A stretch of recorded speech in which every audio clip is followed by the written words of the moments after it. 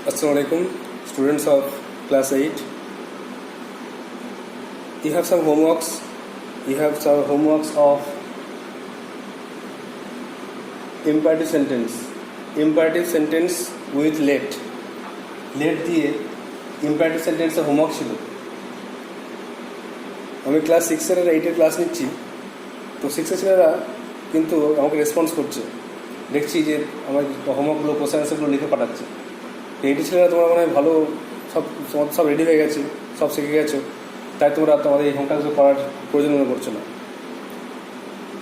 দেখো, তোমাদের ভালো তোমাকে নিজেই বুঝতে হবে, তোমাদের অভিভাবককে বুঝতে হবে, তোমাদেরকে নিজে ভালো নিজে বুঝতে হবে। হোমওয়ার্কগুলো উত্তর করছি, অবশ্যই খাতা লিখে মিলিয়ে নেবে, খাতায় লিখে রাখবে, এগুলো মুখস্থ করবে।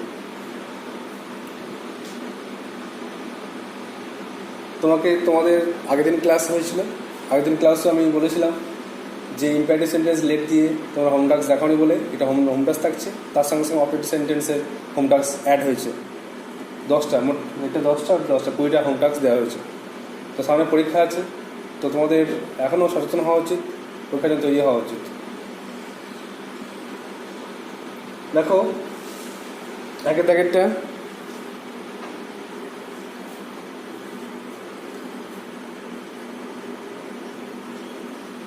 দে সাজেস্টেড, ওটা দে ছিল মনে হয়,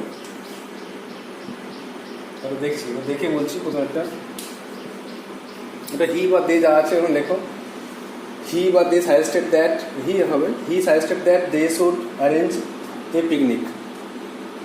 তারপরে she propose that they should discuss the matter. তারপরে Rita requested that she might have some milk. Sana wish that she might tell it. I suggested that we should sit down there. Soham requested that he might try. We suggested that we might solve the problem. He suggested that they should celebrate the occasion. He requested that he might go out. And she wished that she might finish first. এভাবে তোমাদের late দিয়ে যে 10টা imperative সেন্টেন্সের task দেওয়া হয়েছিল একবার দেখে নাও। শুধু প্রথমটা মনে রাখবে, ওটা হি বা সি বা দে ছিল। এবার কোশ্চেনটা দেখে নেবে, কোশ্চেনে যেটা আছে ওটাই হবে। এই মুহূর্তে কোশ্চেন আমার কাছে নেই, সেই জন্য তোমরা একবার ওটা দেখে নেবে প্রথমেরটা, বাকি যা আছে ভালো করে দেখে নেবে। অবশ্যই এই খাতায় লিখে রাখো, তোমরা তো হোমওয়ার্ক করছো না, অন্তত এটাই করো, খাতায় লিখে প্র্যাকটিস করো, কী করে হলো দেখো। বুঝতে না পারলে অবশ্যই হোয়াটসঅ্যাপে রিপ্লাই করবে।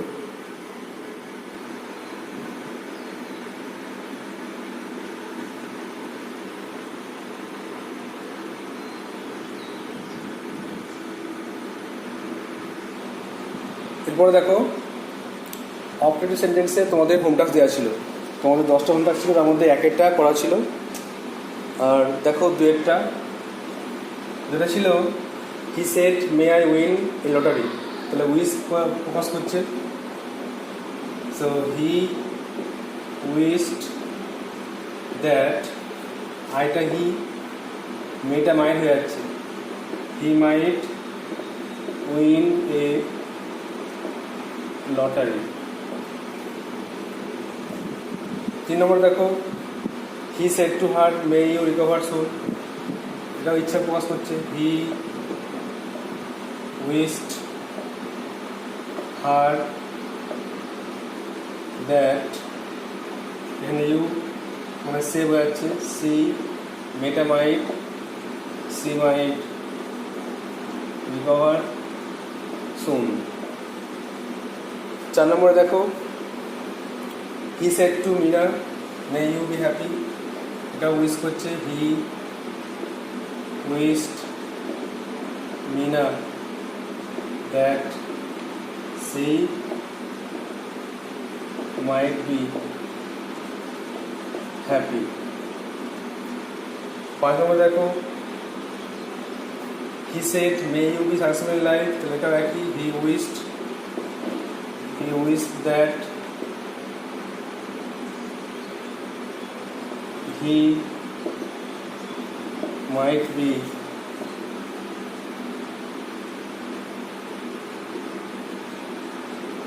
successful in life. নম্বরটা তো হোম টাস্ক করা ছিল, অ্যান্সার করা ছিল, দেখে নেবে একবার 6-এরটা। 7-এরটা দেখো, he said to the old man may God bless you. এখানে এই রিপোর্টের স্পিচ দ্বারা প্রে বোঝাচ্ছে, প্রে, এবার রিপোর্টিং ভার্বটা প্রেড বলতে হবে। তাহলে হি PRAYED, he prayed that God might bless the old man। এখানে he prayed the old man that God might bless him করলেও হবে, ওল্ড ম্যানটাকে সামনে দ্যাটটাকে আনলেও হবে।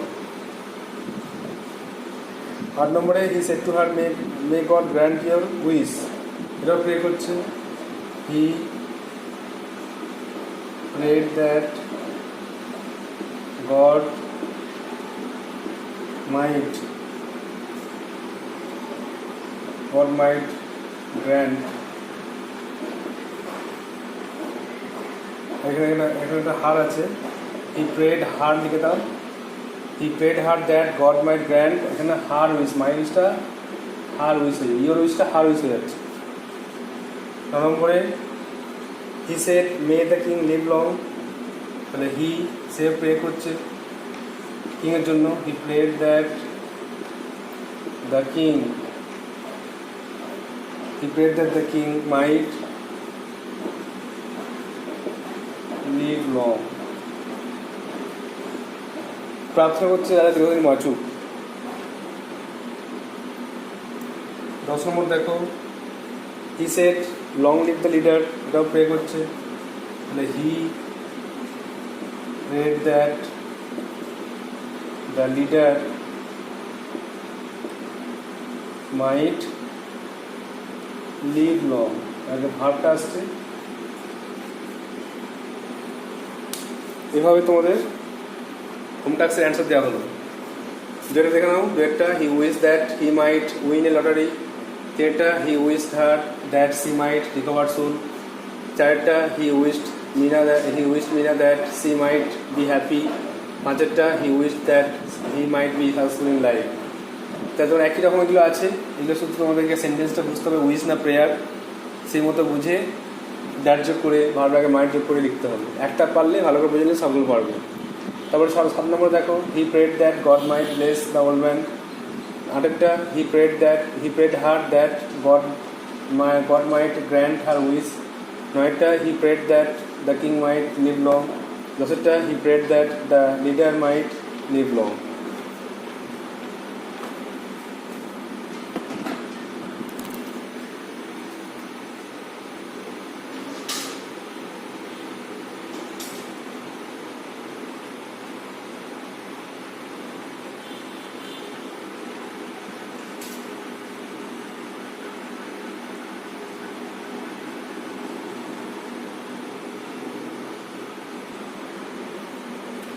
দেখো গ্রামার হোম টাস্ক দিয়ে শেষ হলো। এবার আমরা যে সামনে অনলাইন এক্সাম আছে তোমাদের থেকে, তাই জন্য আমরা পরীক্ষার জন্য প্রিপারেশন নেবো, রিভিশন করবো।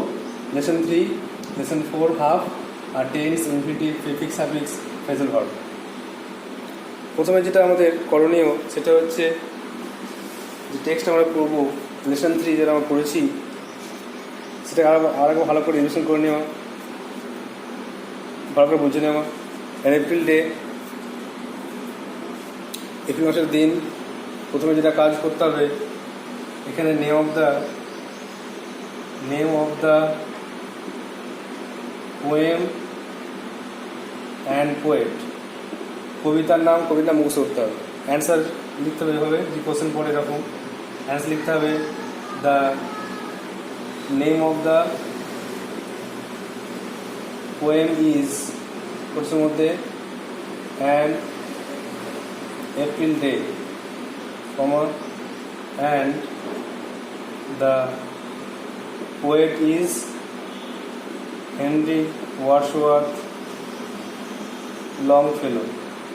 পরীক্ষাটায় পুরো ফুল ফর্ম লিখতে হবে, আমি এখানে শর্টে লিখেছি হেনরি ওয়ার্ডসওয়ার্থ লংফেলো। এরপরে কবিতাটা পড়েছো তোমরা, কবিতাটা যেমন স্প্রিং, এখানে স্প্রিং লেখা আছে, যখন স্প্রিং আসে তখন হারভেস্টের সময় নিয়ে আসে। প্রত্যেক বছর স্প্রিংয়ের সময় হারভেস্টিং করা হয়। তো বিভিন্ন স্টেজ আছে। রিপিং, প্রথমে হচ্ছে তোর কাল্টিভেটিং অফ দ্য ল্যান্ড, তারপরে সোয়িং সিড, তারপরে রিপিং দ্য ক্রপস, ফসল কাটা, এইগুলো বিভিন্ন প্রসেসের মাধ্যমে হারভেস্টিং শেষ হয়। আর এই সময় গাছেরা আবার পুষ্টিপত্র নিয়ে বেড়ে ওঠে, পাখিরা জঙ্গলের মধ্যে উড়ে যায়। এভাবে নানারকমের তোমরা কবিতাটা পড়েছো, ভালোভাবে রিভিশন করবে। এর সমস্যা কোশ্চেনগুলো আছে অ্যাক্টিভিটি 1, 2, 3, 4, 5 যে কোশ্চেনগুলো আছে, গ্রামার আছে, টেন্সের। এখানে টেন্সের গ্রামার দেওয়া আছে। টেন্স মানে এখানে যে টেন্সটা আছে সেটা গ্রামার থেকে দেখো কোনটা প্রেজেন্ট পারফেক্ট কন্টিনিউয়াস, কোনটা পাস্ট পারফেক্ট কন্টিনিউয়াস, এগুলো আছে।